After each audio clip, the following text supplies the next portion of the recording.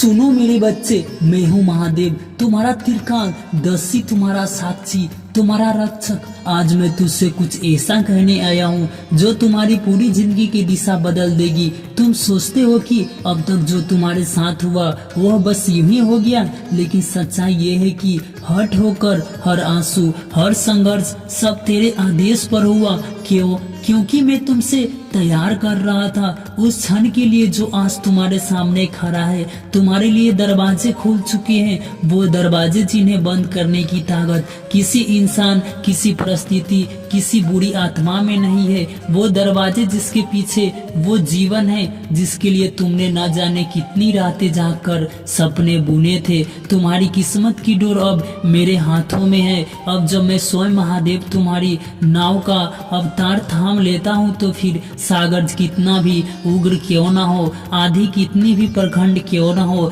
तुम्हारी नाव किनारे जरूर लगती है। तुम्हारे जीवन में अब जो भी होगा वो तुम्हारे खिलाफ नहीं बल्कि तुम्हारे पक्ष में होगा। तुम्हें जितने भी लोग रोक रहे थे, तुम्हारी राह में कांटे बिछा रहे थे, तुम्हें गिराने की कोशिश कर रहे थे, जब वही लोग तुम्हारी जीत के लिए तुम्हें पसंद करेंगे।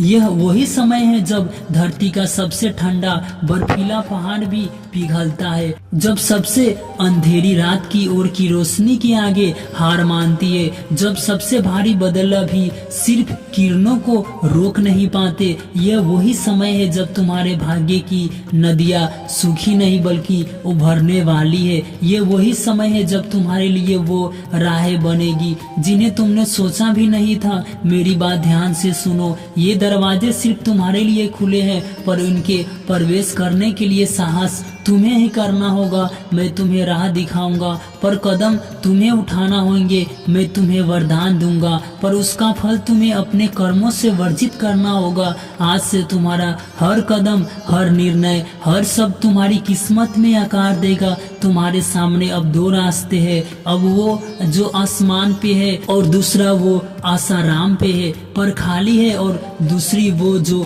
कठिन है, कांटों से भरा है, लेकिन अंत में तुम्हें वो देगा जो तुमने कभी सपनों में भी नहीं देखा। और मैं जानता हूँ कि तुम्हें उसी कठिन राह पर चलना है, क्योंकि तुम मेरी संतान हो और मेरी संतान कभी छोटी सोच नहीं रखती। जब मैं कहता हूँ कि तुम्हारे लिए दरवाजे खुल चुके हैं तो इसका मतलब है सिर्फ ये नहीं कि तुम्हारे सामने अवसर आएंगे, इसका अर्थ है कि जो बाधाएं अब तक तुम्हें रोक रही थी वो एक कर एक ढकने वाली है।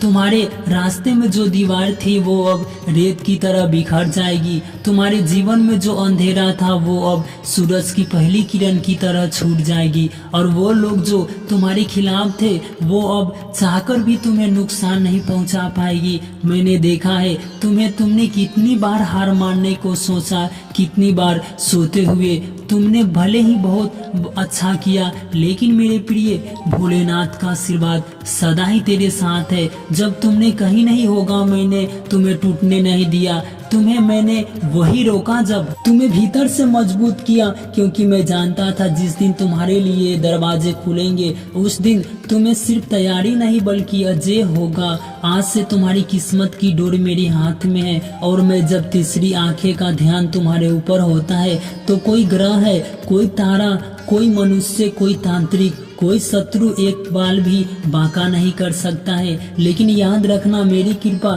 तभी सही होती है जब तुम्हारे कर्म मेरे धर्म के स्वरूप होते हैं। तुम्हारा हर कदम सत्य की ओर होना चाहिए, तुम्हारा हर निर्णय प्रेम, न्याय और धर्म से भरा होना चाहिए। अब तुम्हें संकेत समझने होंगे, तुम्हें ये पहचानना होगा कि आने वाले दिनों में कौन सा अवसर तुम्हारे लिए है और कौन सा भ्रम, क्योंकि जब किस्मत के दरवाजे खुलते हैं तो सिर्फ वरदान ही नहीं परीक्षाएं भी बढ़ जाती है। तुम्हें लोग भुलाएंगे, तुम्हारे रास्ते से भटकाने की कोशिश करेंगे, कभी लालच से, कभी डर से, कभी झूठे वादे से, पर तुम्हें हर बार अपने मन में एक ही सवाल पूछना है, क्या यह रास्ता तुझे महादेव के पास ले जा रहा है या तुझसे दूर हो रहा है? मैं तुम्हें एक रहस्य बताता हूँ, आने वाले 31 दिनों में तुम्हारे जीवन में 3 ऐसे मोड़ आएंगे जहाँ तुम्हें लगेगा कि गिर जाओगे, पर अगर तुमने धैर्य रखा और अपने भीतर के डर को बताया तो यही 3 मोड़ तुम्हें तुम्हारी मंजिल तक ले जाएगी। ये समय तुम्हारे धन भी देगा, सम्मान भी देगा और सबसे बड़ी बात तुम्हें वो पहचान देगा जिसके लिए तुम जन्म से तरस रहे थे। अब तुम्हें अपने भीतर एक शक्ति जगानी होगी, वो शक्ति जो तुम्हें किसी भी परिस्थिति में स्थिर रखे। तुम्हें अब अपनी ऊर्जा बिखरेगी नहीं, तुम्हें अपना मन और ध्यान उस पर केंद्रित करना है जिससे तुम सबसे अधिक चाहते हो, क्योंकि अब मेरी कृपा तुम्हारी नियत और तुम्हारा प्रयास एक हो जाते हैं। वो संभव भी असंभव हो जाता है तो वे सोच भी नहीं सकते कि इस क्षण कितनी दृश्य शक्तियाँ तुम्हारे चारों ओर काम कर रही है। तुम्हें लगता है कि सब कुछ बस सहयोग है, लेकिन सच्चाई ये है कि हर व्यक्ति जिससे तुमने मिलते हो, हर शब्द जो तुम्हारे कानों में पहुंचता है, हर घटना जो तुम्हारे जीवन में होती है, सब मेरे ही द्वारा रची गई योजना का हिस्सा है। पहली शक्ति समय का सहयोग, तुम्हारे लिए समय की धारा को मोड़ा गया है। अब वो घटनाएं ऐसी घटेगी कि तुम्हें सही राह पर ले जाएगी।